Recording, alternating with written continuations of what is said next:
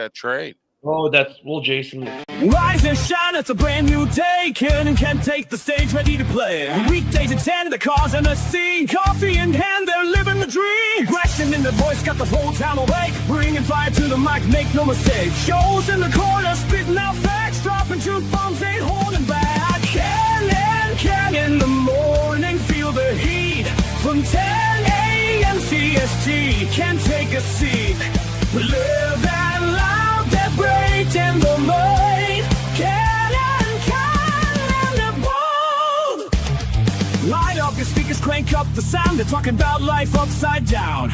Opinions exploding like a sonic blast. In the studio, they're built to last. With passion and grit, they engage and ignite. Every single week, they're a force can fight. From sports to politics, This is a Huddle Sports Network broadcast. You can find us on Roku TV, Amazon Fire TV, Facebook, and of course YouTube. Get all your NFL news here first. Good morning. Welcome to another edition of Ken and Ken in the morning. And of course, we got, it was going to be a show with this many guys to begin with, but it's a big day. We got, of course, Ken, the Packer fan, who's all decked out on not normal deck out in Packer gear. I wonder why. Of course, we got Ralph Williams from RW Media here today. We got our own Timu. Yes, I said, yeah, it's the Timu. There we go. Joe Rogan.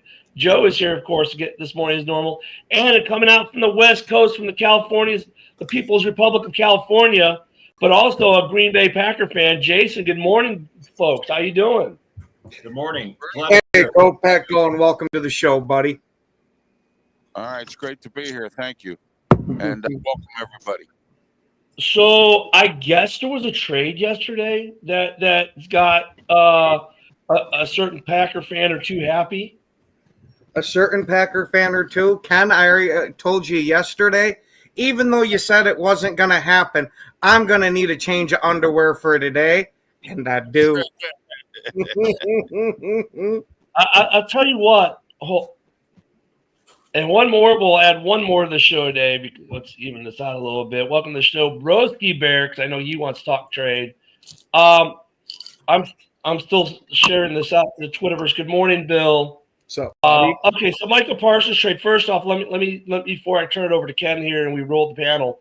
I think a lot of us on the panel didn't think it was going to happen because of everything that everyone talked about for the last couple of weeks with Jerry, the history between the two teams, and everything else. I will say this: I was surprised, probably like everyone else was. What even surprised me more is the news that this trade was completed last week, and the only reason that wasn't announced till yesterday was they were waiting on the contract with Green Bay to be negotiated. So that Freaka Micah Parsons post that was on X, someone had a major follow-up in the Green Bay organization and let something slip they shouldn't have. So I don't want to put bad news in with the good for Green Bay, but Green Bay has a leak, and I guarantee you they're going to be looking to seal that as they rejoice this trade. Ken, I'll throw it over to you next for your view. Oh, absolutely. I knew as soon as it started going crazy, it was either Tuesday or Wednesday night with all the rumors there, with how much traction we were getting with it. And not even just from the fans, we were starting to get media pundits talking about it, and some of them saying that it had legs. This one felt a lot different than the other trade rumors that we'd have of, we were in on it for that guy. There is no more in on it. It was, let's pull this trigger, let's get it done. And let me say, this is a beautiful start to Ed Policy's reign. What do you think, Ralph? Well, I got to say, the Steelers were involved in this too. Steelers didn't want to give up the what I call the MASH squad and Highsmith. All right, if they could have gave up Highsmith and a couple number one picks for Micah Parsons. Can you just imagine Micah Parsons and T.J. Watt on the same field at the same time? Wow.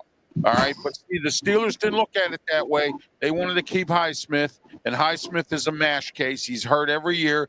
Now he's hurt again with that groin injury, okay? The same one that he's been hurt the last 2 years, and they're paying him big money. I would have got him out. I would have gave him 2 first-round picks and found ways of getting other draft picks and stacking up the draft picks and getting them ready for next year for the draft in Pittsburgh. But the Steelers didn't look at it that way. And now Green Bay has them, and good for Green Bay because then they can move on and they can have a good defense with him and whatever other defensive players they have. So now their defense has gotten better. And, you know, it's going to be the same old in Pittsburgh with our defense. Joe or Broski? Yeah, I mean, I'm trying to look at it from Jerry Jones' perspective a little bit and understand his thought process here, because the initial trade offer that was out there was that Green Bay offered 2 firsts, a second, and a 5th, which, you know, if I'm Jerry Jones, you know, and supposedly that was turned down. So if I'm Jerry Jones, I'd be like, all right, throw in a 4th round draft pick, give us another draft pick, and it's done, right? My point is, I much rather have like the 2nd and 5th round draft pick than Kenny Clark and his, you know, big contract. I mean, that's the part that's kind of puzzling to me. I think it's you know, I think the Fudgies, I think they fleeced the Cowgirls here. I really do. Hey, what's up there, Joe? What's your thoughts? The Cowboys are never going to win a Super Bowl again. Yeah. Until Jerry is gone, like, just forget about it, dude. I mean, like, I get trading Parsons. Like, he didn't want to be there, right? But you trade him to the team that's been knocking you out of the playoffs. You could have traded him to an AFC team and probably got a bigger haul. Yes. Jerry is unfortunately experiencing like the Al Davis effect, you know, the last few years of Al's life, you know. And did I not just say that he was reminding me a lot of Al Davis at the end a few days ago or a week ago? Yeah. So And that's not to say anything bad about Al Davis. Like, he just, you know, the game passed him by. He went senile, but Al Davis was a genius, you know. Like, Al Davis was a legend. So Jason, Jerry's not that. So Jason, we talked on Tuesday, and none of us thought this was going to happen. Right. So you're sitting out there in the wonderful California sun yesterday, and this news hits you. What were you thinking? To be honest with you, Ken, I was initially stunned because in the day and the hours leading up to the announcement of the trade, I was monitoring my Twitter feed and monitoring, you know, all the popular channels like Yahoo Sports, ESPN, just to see what was, you know, floating around out there. And when I saw that the Packers had actually signed Nick Neiman, whom the Chargers had cut, I was thrown for a loop. I said, okay, I guess this means that they're not in on Micah then, that the price was too high, that Jerry wanted too much, or whatever happened. And so when they signed Nick Neiman, not a sexy sign, but when they signed him, I said, okay, this is then probably Brian Gutekunst just playing it safe and moving on.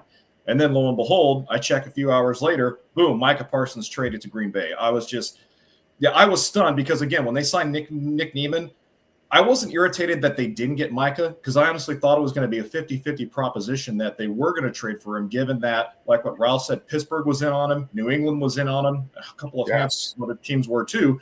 And so if they did get him, great. If not, I wasn't going to cry about it because there are still other quality players on that roster that can make a good football team. But then when it went down, I was just like everybody, like my fellow bearded Packer fan here. I was just giddy. I was ready to don the cheese back on the head. So, yeah, it caught me by surprise, Ken. I'm excited that it happened, and I agree with everybody else. I think Green Bay marched out brilliantly with this trade because some friends of mine were texting me saying, how the heck can you guys give up 2 first-round picks? I'm like, well, very simple. The Packers don't make their success off first-round picks. They're excellent at drafting in the 2nd, 3rd, and 4th rounds and finding those quality picks later in the draft. So Brian Gutekunst, knowing, and Ed Policing knowing their history of success in evaluating, scouting, and developing talent in the later rounds, said, hey, if we can get a once in a generational type player in Micah Parsons for 2 first rounds, and we can pawn Kenny Clark, an over the hill veteran, off on Jerry, let's do it. And so, yeah, I was shocked. Glad it happened. So yeah, I'm on cloud 9 right now. Being realistic about it, I'm on cloud 9. So Can I just throw something out there? I'm going to give the Green Bay Packers some credit, and I did it before this trade actually even happened. Remember when we just heard they even made the initial offer, because the Packers don't do this, right? It's not in their DNA. They don't go shopping, sending out first round picks for anything, except for offensive linemen that they put in Ken's garden in the backyard to grow. And this is the biggest trade probably in the last 3 decades the Packers have ever made. And no, the Minister of Defense was not traded for. He was a free agent, for those who don't know the history. Because everyone said, oh, but what about when they got Reggie White? That was a free agent signing. I mean, the Favre trade was big, but at the time, people thought it was an insignificant trade. This is the biggest trade the Packers have pulled the trigger on since they tried to get Khalil Mack in 2018. They don't do this, not in their DNA. So let's look at what the Packers have done over the last 2 years with Gutekunst. Okay, they spent big money in free agency last year. They drafted a wide receiver for the first time in 2 decades in the first round, and then they pulled this trade off, which literally, I won't say everyone, but the majority of people, to include all of us here, thought this trade isn't going to happen. Ken was hoping. He's like, I'm gonna buy some new drawers if I need to, but yeah, I mean, Jerry's not that stupid, is he? I mean, we were all kind of like that, and then yesterday it's like, holy crap! Now look at that. There's a huge upside, and everyone's like, holy crap! Green Bay's got their defense. They're now all of a sudden. By the way, Lion fans are mad today because they're now not the favorites to win the division. And rightfully so. Green Bay is, right. Yeah, So- some teams can. They got to think outside the box now, and it looks like Green Bay's starting to do that. Steelers are doing that as well. I didn't expect them to get rid of George Pickens. They ended up trading him to Dallas. So a lot of these teams now in Green Bay, Steelers, they have their set standards about how they do things, Right. And now they're thinking outside the box here and doing some different things. Like Omar Khan, our GM, they call him the Con Man because every time you turn around, he's pulling off some amazing deal or trade or Well, here's where I was going though, and Jim, this is where I was going to as well a little bit. So look at the Packer fans. You should be ecstatic, like really ecstatic. You got a baller, right? And you gave a ton of money. The draft picks are insignificant, like Ken said. You guys don't really. And Jason said the first round picks. I think any team would have been willing to give that up. The Bears would have done it. The Raiders would have done it. We've all done it. It's the money piece now. Now, a bunch of guys came. I said this is great for the Packers, but this is an all-in move because they're now in win now because they're about to be in cap hell, which the Bears just got out of. Thank God. Which our cap hell is created by. Once again, that Khalil Mack trade, the one that the Packers tried to make, but we got instead, right? So they're all in. So the question is, and Lions fans are mad, and Bill's asking, okay, well, who cares about previous rings? They're not discussion. We're talking about rings that are going to happen. Do the Green Bay Packers, where does this put them in terms of being able to, are they all in, or do they still, and if they're all in, they're all in. How long is this window, right? And and what this means, and there's the secondary. Thank you, Orlando, for bringing this up too. I'm sorry, guys. What does this mean for them with Hutch? I mean, $47 million. Hutch is going to want 50. Man, contracts are getting out of control. Go ahead, Ken. With the way that Green Bay's contracts are staggered along, yes, that means we're going to lose some players, but a lot of these players were guys that there was a good chance they weren't going to get another contract anyway. I think this almost spells the end of time for Romeo Doubs in Green Bay, possibly Watson too. I definitely think Rasheed Walker will be gone next year. But with Green Bay being a draft and develop team, that leads you to not worry so much. Along with, we see how much the cap is increasing every year, as long as we don't do anything stupid after this, we should be okay. It's not like we're going to have a shit ton of money to spend, but we'd still have a little bit. What about where's that? Joe says Jacobs is gone too. Where do you think that? Where does that leave them with Jacobs? Oh, I still think. No, I didn't say. I didn't say Jacobs. I said Jenkins. I saw an ESPN piece yesterday where they were breaking down the trade and the ramifications of the trade for the Packers financially. And according to ESPN, the odds are good that they're going to lose Elgton Jenkins over this as well. There's a possibility that we could, in depending on how well Elgton Jenkins does at center, is going to be whether we're going to invest a whole bunch of money into him going forward. But the center position's a little bit fluid here in Green Bay to start with, since you got Jenkins switching over to center now. We do have Monk in the pipeline, but I still think that if they want Jenkins on this team bad, they will find a way to do it, especially with Russ Ball managing the cap. I just wanted to throw something out there, like, because Ken the Bear fan has brought this up, and I never really noticed it until now, but I kind of agree with Ken on this. It's funny how, like, yesterday, 5 before the Micah Parsons trade, Kenny Clark was a Pro Bowl player, and he was one of the better DTs in the league, right? One of the probably top 5 nose tackle. But now he was an aging veteran that is over the hill, and he's on his way out. Like, where's the Kenny Clark love from yesterday? I'll give you, he's an aging veteran, but he is still one of the better defensive tackles in the league. That's all I wanted to hear, because I was going to say I'm not changing my position on that.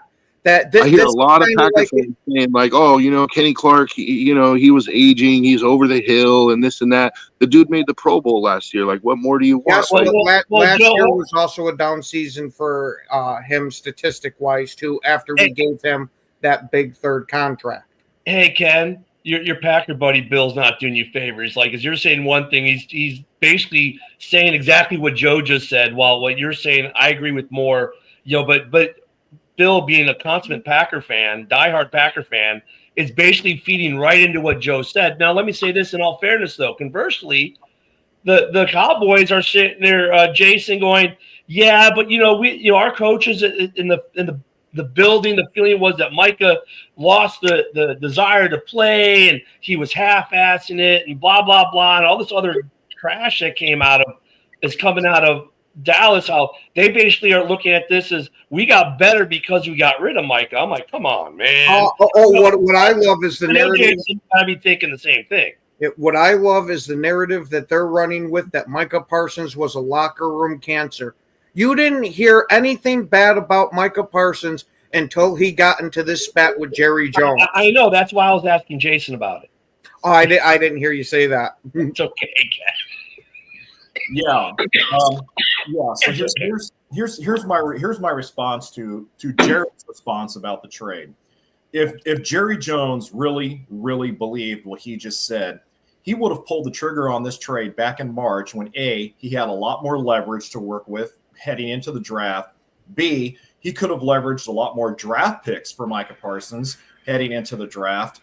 And also, too, I think that I disagree with Jerry where he says, or others when they say that this is a Herschel Walker type trade.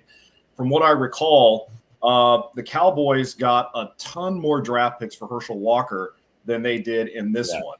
So this trade will not be as impactful in the long run as the Herschel Walker deal was. Also, the Cowboys, look, say what you will about the Cowboys. They've done a decent job at evaluating and drafting and developing some good young players. Micah Parsons is a good example of that. But still, there are no guarantees that they're going to be able to strike pay dirt with these draft picks that they got. So Jerry is not only insulting his fan base by telling them this makes them better with this trade. B, he's lying to himself. C, he's lying to his fan base, because he said back in March, we're all in with Micah. He's not going anywhere. He's saying a Cowboy. And then yes, exactly. Yeah, doing, and we've all heard this because it's all been on the national radio and everything else like that. But even before then, we could clearly see that this was the proverbial line drawn in the sand by Jerry Jones. And you know what? Micah Parsons and his agent crossed that line. They did something that doesn't happen a lot to Jerry. They won. Jerry controls his players. What Jerry wants, Jerry gets. Well, this time he didn't get what he wanted. And you know what? He did the right thing. He just did it at the wrong time. He should have pulled the trigger on this deal back in March rather than August 26th or 27th, whatever date right now. The 28th. Well, actually, they said the trade was agreed to last week, and they basically had to just wait for Green Bay and Micah to agree on the extension. But Ralph, I mean, okay, I don't want to minimize 2 first-round picks because, I mean, 2 first-round picks can go a long way. You know, you can get 2 – you can set yourself up with 2 picks. As an outsider of not just the division but the conference, how do you see this trade impacting?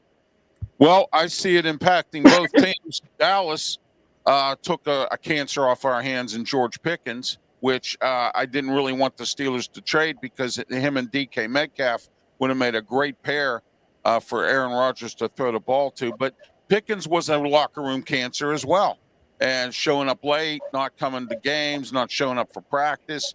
So now he's Jerry Jones says he got rid of a cancer.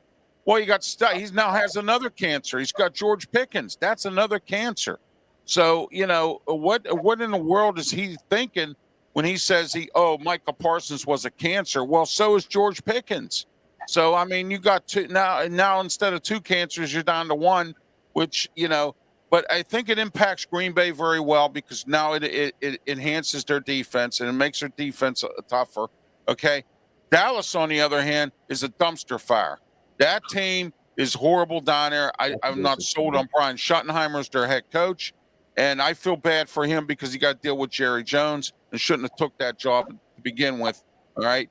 Look, Jerry Jones has run out some very key coaches over the years. Bill Parcells, the Jimmy Johnson. You know, it's sad that Jerry Jones is going to be Jerry Jones, and that's the end of it. And that's the impact on that. And you know what? Dallas is going to be behind the 8 ball now for another 5 years maybe or something like that because of this trade. What do you think of Jason? Actually, I just wanted to answer a question that I saw in the chat from Bill T. He asked me earlier, what do I think of the Packers linebacking situation now with the addition of Parsons? Because their linebackers, were good, were solid last year, but not great. Bill, the answer to your question is I love it.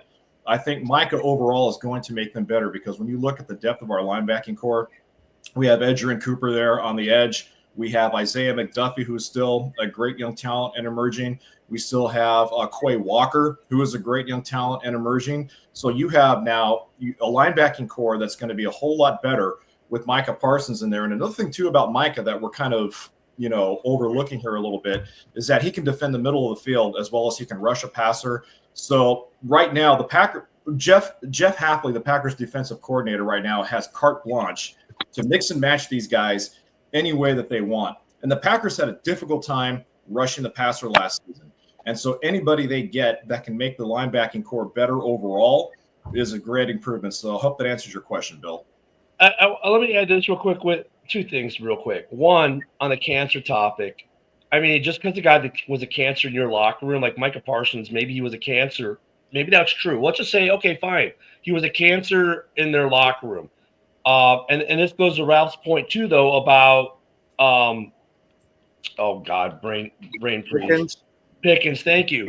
Yeah, Pickens may have been a cancer in Pittsburgh for whatever reason, but when guys get to a new team, sometimes they get new attitudes. Hey, now I'm happy to be here. I'm happy that I'm not in this place. So the cancer argument, I always find, no matter who the player, it's always whatever, because they get to that new team and they come in with a fresh new take, a fresh new attitude. And so that cancer thing kind of goes away, I think, overall, not in all cases, but in the majority, right? Because there have been a few where obviously that wasn't the case, but overall, it usually turns out where the guy's okay at the new place. The other thing with the cap hell and A-Dub always bringing great comments. It's not I wouldn't say it's a stretch. It is a reality, but it's a reality of it that some teams deal with better than others, right? And I don't think Green Bay has ever shown that they have the inability to deal with their cap because they've always dealt with the cap well. but it is going to affect. There is a cap held argument there because yes, it is going to affect your cap now that you're spending $47 million on a linebacker. That means other guys can't get signed. It depends, and you've already got some big contracts you gave Zach Tom the big deal this year. Of course, Jordan Love is making his big money, and that's a good thing. Your quarterback's already paid, right? But now, like, you got 2 wide receivers you got to make. And things like I think Dobbs and Watson might be gone now. We might have to look at other options. Now you've got a cheap, first rounder. So cheap is kind of a relative term, but a cheap-ish rookie contract receiver for the next 4 years until he wants to get paid. If Golden pans out, which Packer fans all expect him to do. So yeah, the question is, they're all in. Are they all in? I would say, Broski, that they are all in. And I know Lions fans are like, well, maybe they can compete. I think, I agree with Vegas. If you would have asked me, Broski, you remember last week, even as early as a couple days ago, who's going to win the division, flip the quarter? I think that's changed. I think right now the Packers probably are the favorites as of today to win the division. Broski, what do you think? I agree. I mean, I think Michael Parsons is a game wrecker. I definitely think that makes them the favorites to win the division and definitely, improves their chances as far as winning a Super Bowl. Now, one of the things I wanted to kind of ask Ken the Packer fan and our other Packer fan on the panel is, losing Kenny Clark. So how is that going to affect your defensive tackle room? In particular, like the run stopping ability of the defensive line. Like, do you think that's now going to become an issue now, or do you think you have the guys in place to kind of make up for that? Well, losing a player of Kenny Clark's magnitude is never easy to replace. He was a damn good player for us.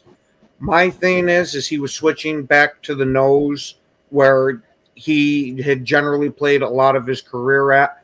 I want to know what we plan on doing with the nose because I don't want to move Wyatt back over to the nose. Granted, he did do decent last year as it, but I want him freed up to be the pass rushing defensive tackle.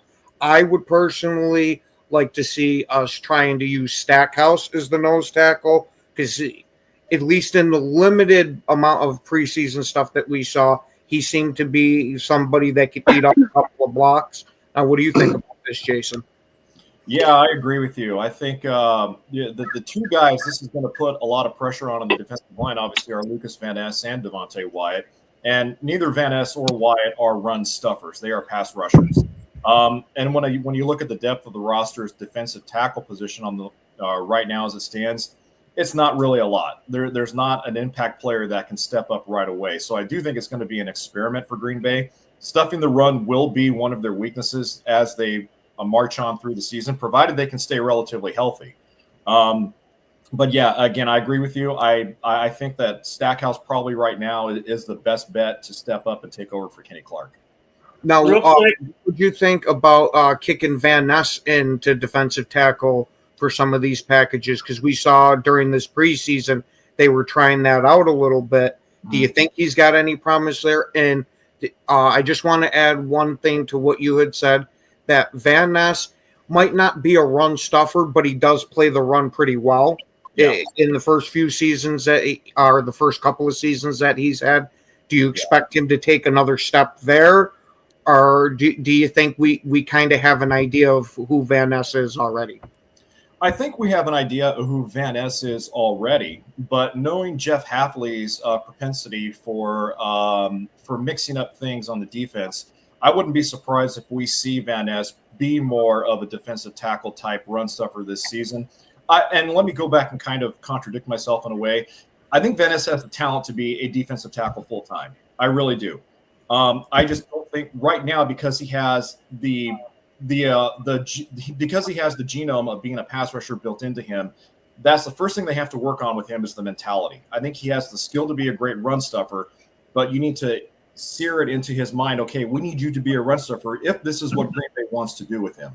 So, yeah, I think he can step up and do that, and I would love to see him do it because he's still relatively young. And, I mean, let's face it, he didn't have really an outstanding season last year, and there were already some question marks about his long-term viability on the defense. So let's move him into a different position, flip-flop him here and there, and see what he can do. I say flip the coin because now you have to. Now that you made this deal, you bring in Micah, you kind of have to flip the coin and get creative with some of these other guys on the defensive line. So Yeah, Joe, Van Ness is interesting because to me, it's like you either tell him to bulk up and add 20 pounds and kick him to the inside, or ask him to shed 10 pounds and be like, okay, you're going to be a pass rush specialist. He's kind of like in that in between right now.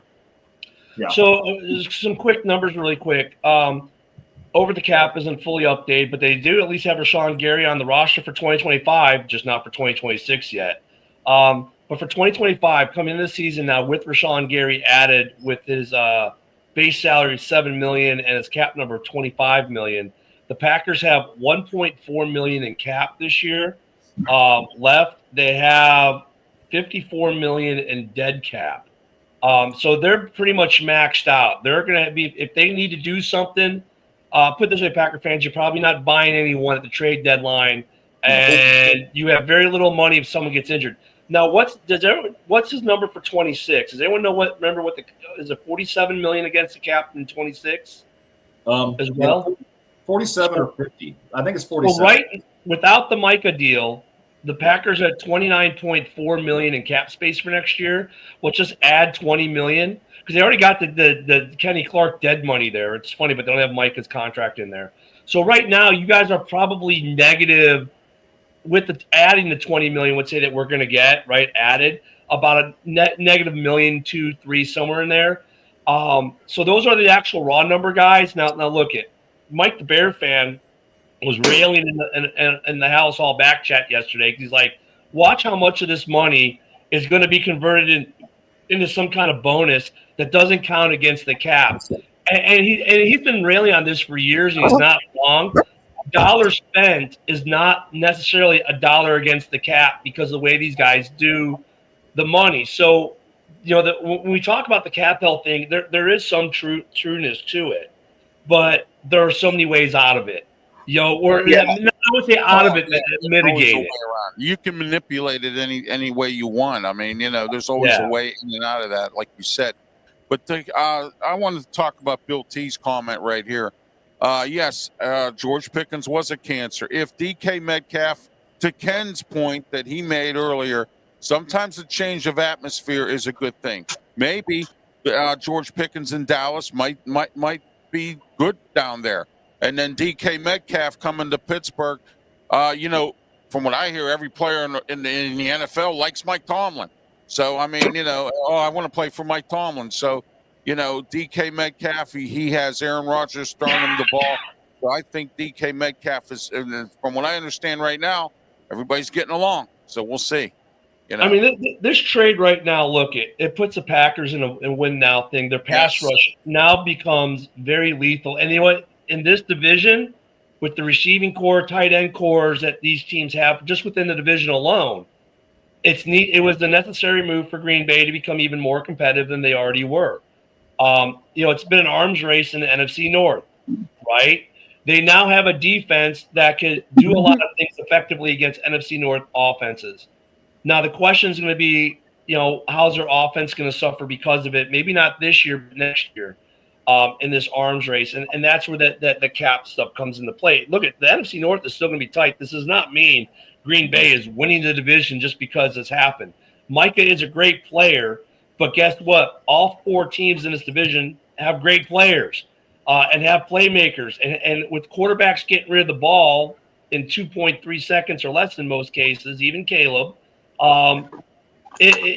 you kind of mitigate that pass rush with quarterbacks getting rid of the ball so fast, or effective running games, which Green Bay still has to address that issue because some will say that the trade, while making their pass rush better, made their rushing defense weaker.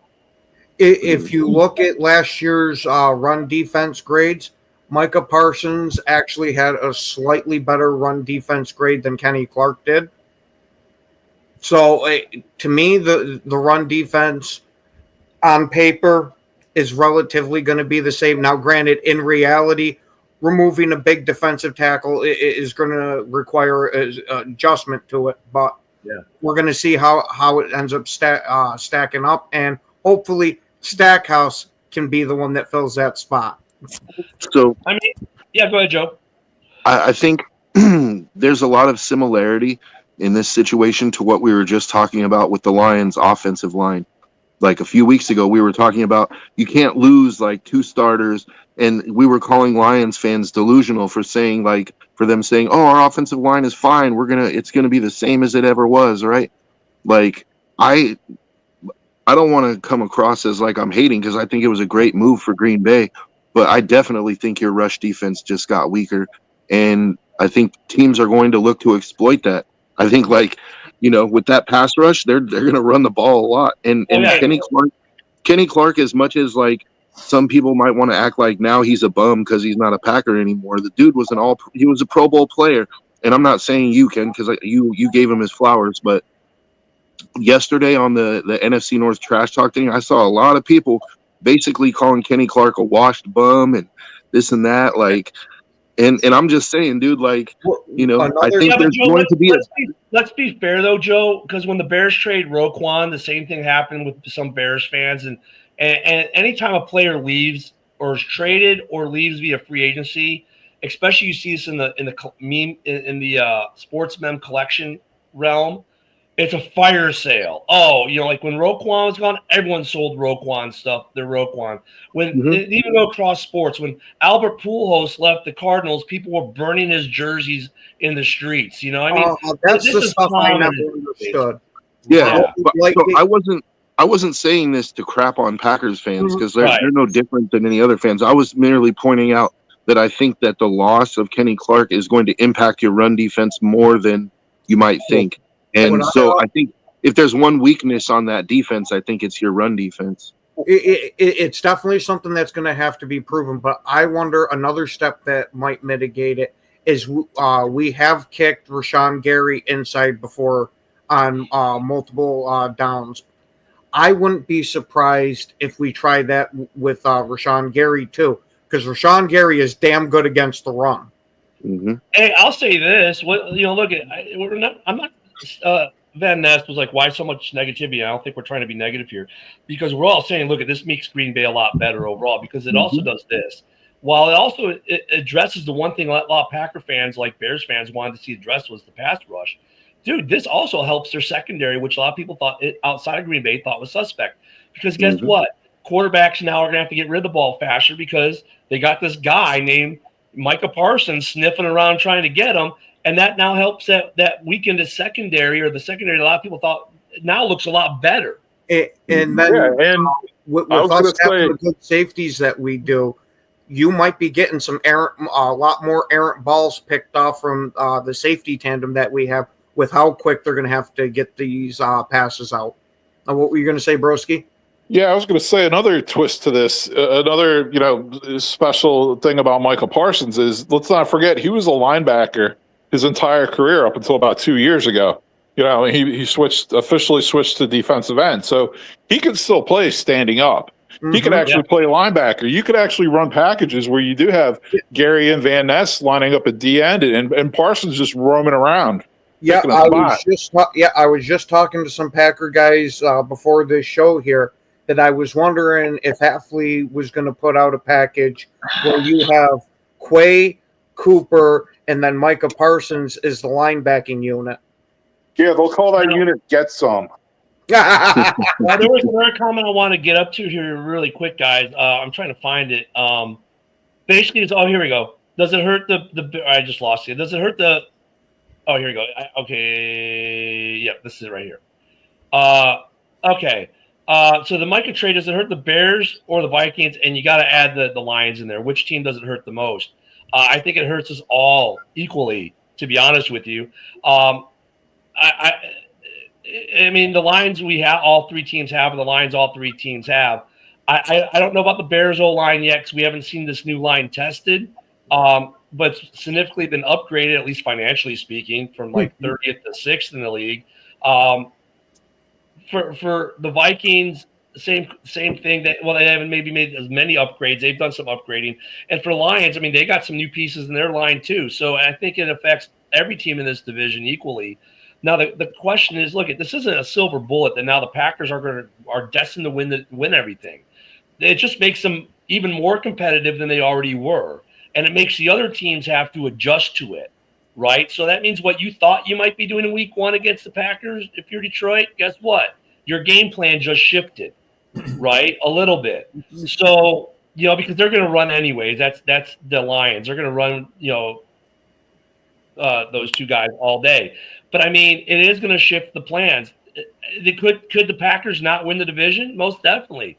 Could the Packers finish in the basement with 9 wins? It's possible. I don't see it happening now, but it's possible because this division overall is a very talented division. The mindset we have to remember, this isn't the NFC North of, let's say, a decade ago, where the Packers were above, they were the best of the worst, and there was a big gap between.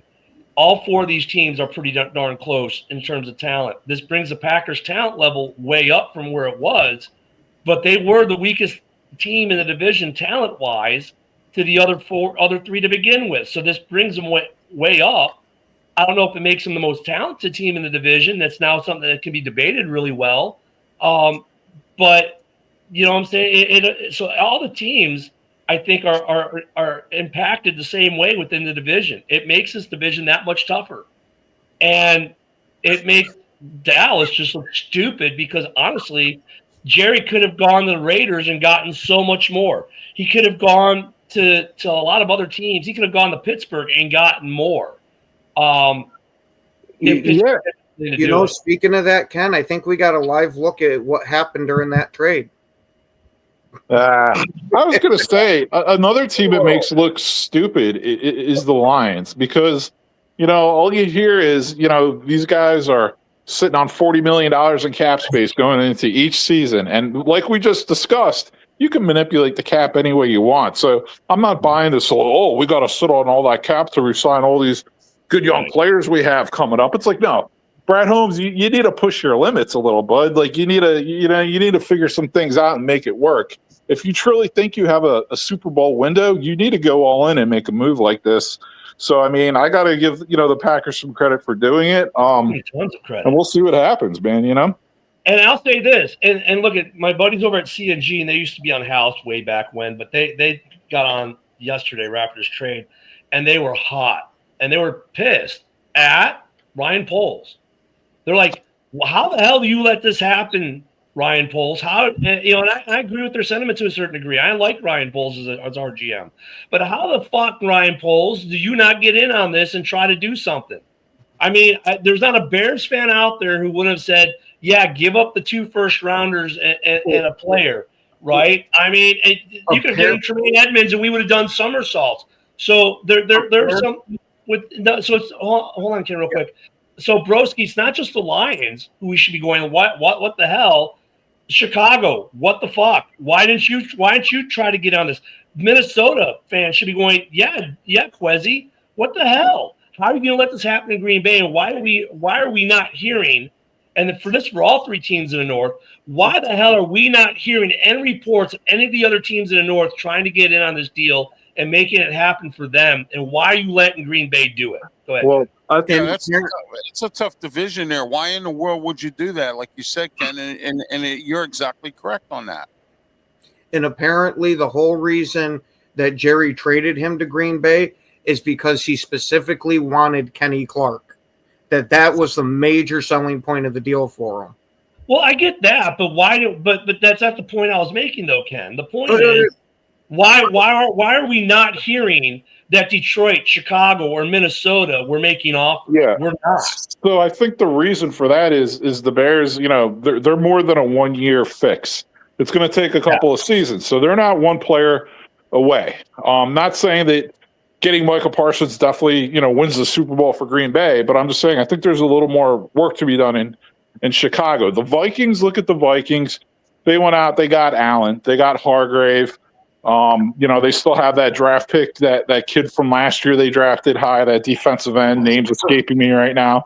And they already have a couple good, edge rushers. So I kind of get it from the Bears and Vikings perspective. No excuse for the Lions. Like, it's astonishing the cope of Lions fans making excuses for Brad Holmes the last couple of seasons. It's amazing to me. And look at, Broski, I kind of look at the Bears kind of like when Theo Epstein took over the Cubs, right? He said, "Hey, give me 5 years. It's a 5-year plan."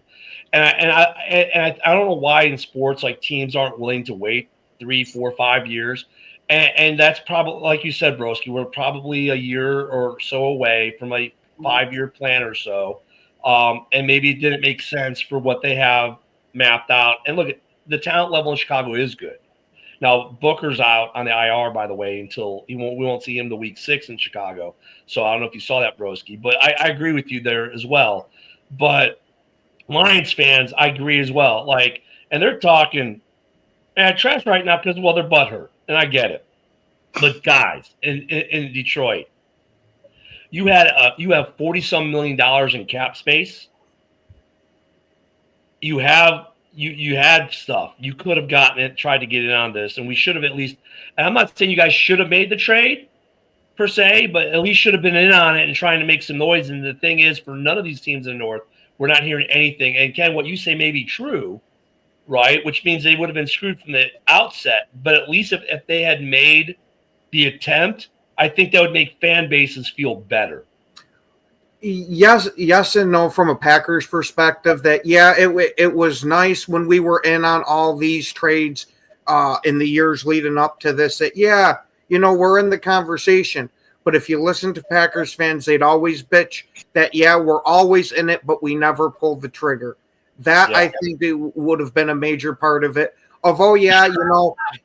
It's a consolation prize that you were involved, but it's not much of a consolation prize. And Jason, building off what Ken said, for you guys, man, like I said when we opened the show, I mean, look, in the last basically 2 years, you guys spent big money in free agency, which you Packers don't normally do. You went and drafted a wide receiver in the first round, which you haven't done in 2 decades. And now you've done what Ken said. You pulled the trigger on a big trade. I mean, I think this is the part of that regime change that happened, with the board of directors. Finally, maybe letting Goody do what Goody wanted to do and was held back on. I mean, I see this as a positive thing for Green Bay with what's going on in there. Yes, there's some negative connotations as far as the cap down the road, but in the short term, this year, maybe next year and the year after, I think it's pretty much roses for you guys. Yeah, and I'm actually to kind of answer that question, Ken. I'm going to take you back to 2022 when we lost to the Niners in the NFC divisional playoffs. It seems like that was a tough loss. Yeah. The reason I'm using that as the measuring stick here is because after that loss in those short 3 or 4 seasons since, it's been big expectations for Green Bay, but a short fish at the end of the fishing pole, if you catch my drift.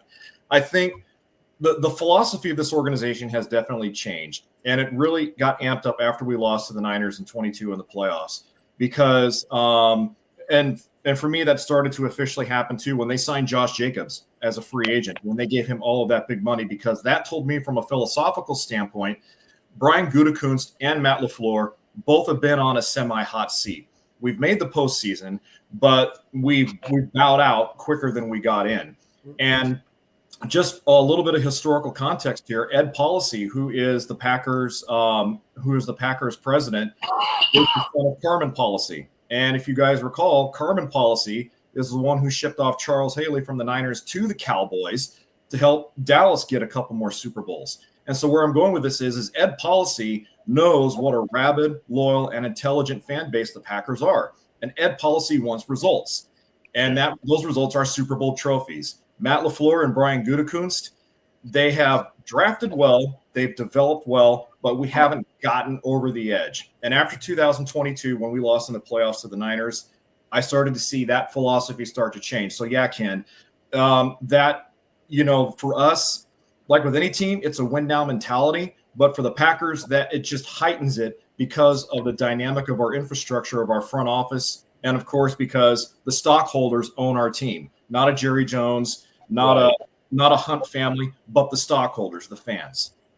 Well, you mentioned the Hunt family. I have a lot of respect for the Hunt family because while he's massively a big part of that team and the operations, he stays out of the player operations piece of it. More owners need to be like the Hunts, to be honest. And I think we're starting to see I know Bears fans aren't the happiest with McCaskey's Broski, right? But I think we're starting to see the McCaskies take that more of that tact as the Hunt family does. We've seen that in the last 2 years, at least what they've said publicly. I don't know if that's necessarily as true behind the door, but more people need to be like the Hunts.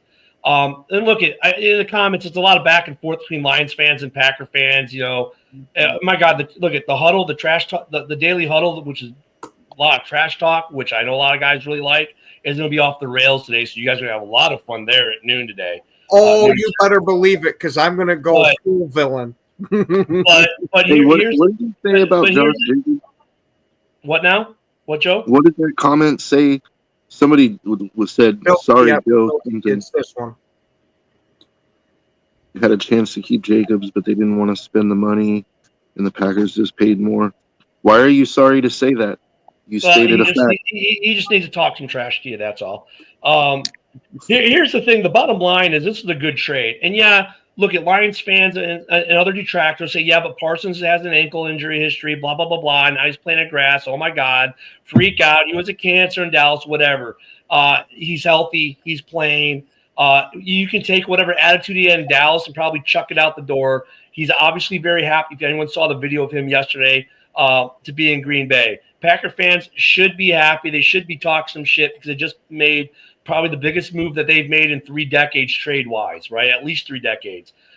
So they have the right. Lions fans, you're still in the hunt. No one's saying you're going to lose 14 games now or something stupid like that.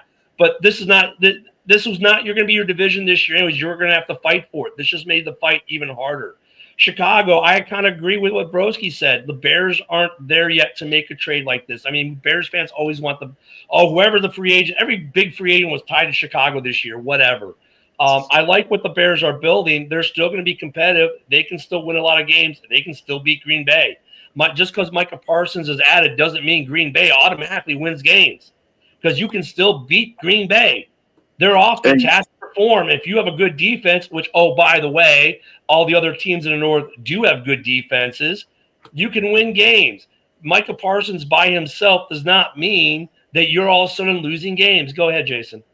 Yeah, I didn't mean to cut you off, Ken. I saw another question here to me in the comment, and I believe that question was, who do I think has more to prove at quarter? This is on quarterback, at the quarterback position. Who do I think has more to prove, Justin Herbert or Jordan Love? That's a no-brainer. It's Jordan Love. Yeah. Look, Justin Herbert's already proven that he can play quarterback. In my estimation right now, Justin Herbert is a top 5 quarterback in this league in no discernible order. He's a top 5 quarterback in this league, given the talent that he's played with in L.A. Jordan Love has a lot more to prove. Jordan is talented. I've seen him play at the high school level because he played not too far down the street from where I live in the central San Joaquin Valley at Bakersfield Christian High. Jordan can play, but Jordan hasn't proven yet that he can carry a team on his shoulders the way that Justin Herbert can. So I do think this is, to me, offensively, this is going to be a make or break year for Jordan Love, especially since, correct me if I'm wrong here, Ken, I think he's into year 3 of that 4-year deal that Green Bay signed him to a few years ago. So for Jordan Love, you got the defense there to keep you in games. Now you got to step up your game a little more. You got to stay healthy, because last season I don't think he ever fully recovered from that MCL injury. Now's your time, Jordan. You got to quit making excuses, step your game up, and prove that you can be one of the elites. And Jason, I've been saying that for Love. This is how a make or break year. He's got to prove he's worth the big contract he signed. Yeah. And I think this trade, in a weird way, puts an exclamation point on that. Like, now it really, people are going to be focused on him because they say you can't blame the defense. Yeah, and I was going to add a little something about Michael Parsons. Let's not forget, he's from Harrisburg, Pennsylvania, played high school football at Central Dauphin High School, and went to Penn State. Like, he's used to playing in the cold. He's used to playing on grass. And Jason, I wanted to actually mention something to you. I think you should reach out to Van Ness and tell him to either shed 10 pounds or pack on 20 pounds. Well, believe me, Broski, if I had enough clout to do that, I would be more than happy to do that. Hey, I just wanted to throw out there, Ken said this was a good trade. I just want to throw in the caveat. This was a good trade for the Packers. Yeah. I think Jerry Jones should check, because he has a condom hanging out of his ass. Again, let me reiterate this. Now, look, for the Cowboys, I mean, it's not all doom and gloom. They do get 2 first-round picks to play with. They do free up a ton of, or some cap money, right? They do free up some cap money. But I mean, Yeah, I mean, today the initial, yeah, the Packers win this trade. Now we'll find out 3-4 years from now when they revisit the trade, as they always do. If one of these teams does something with it, that what happens.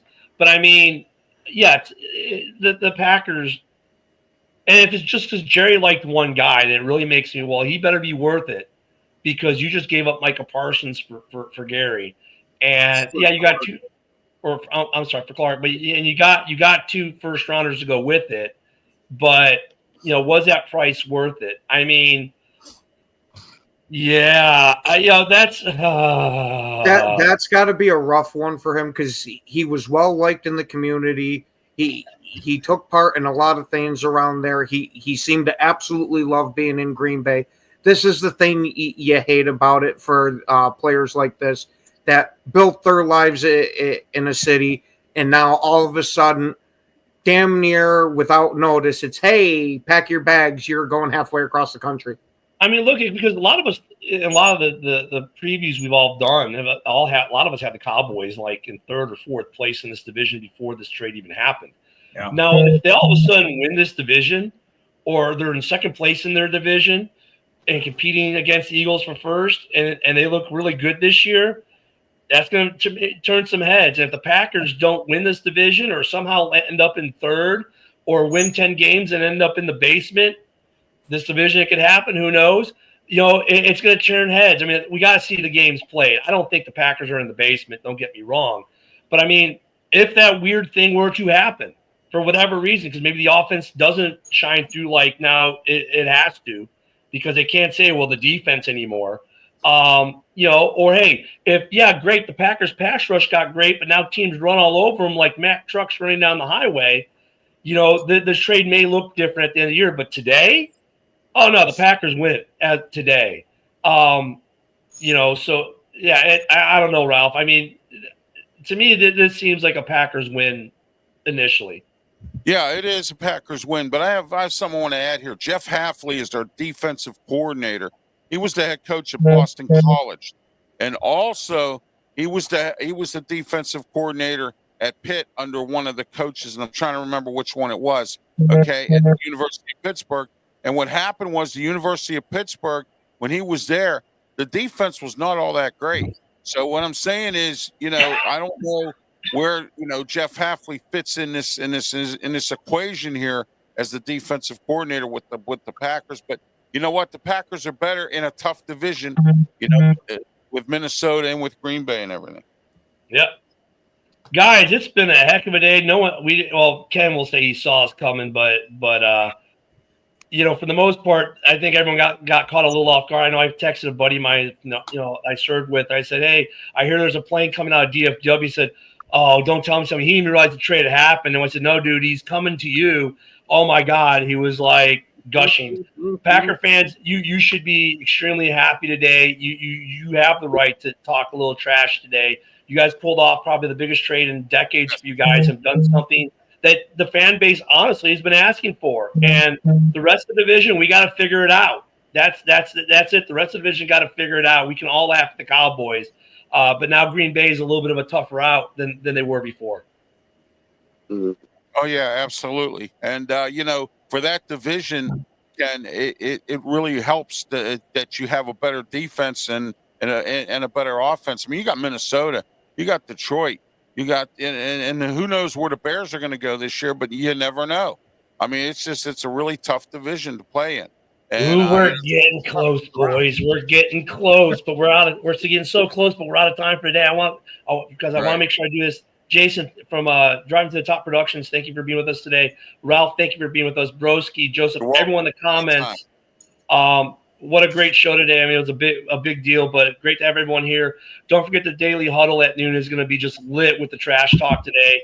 So hit that up. Everyone enjoy your weekend. We'll be back on Monday for another edition of Ken and Ken. I'm sure we'll still be talking about this on some level. Guys, have a great weekend, and hopefully I'll be feeling better and won't sound like this anymore. And we'll see you next week. And as our buddy Norman always says, because you need to hear this every day, just in case you don't, I love you. All right. Thanks a lot. Thanks, Jason.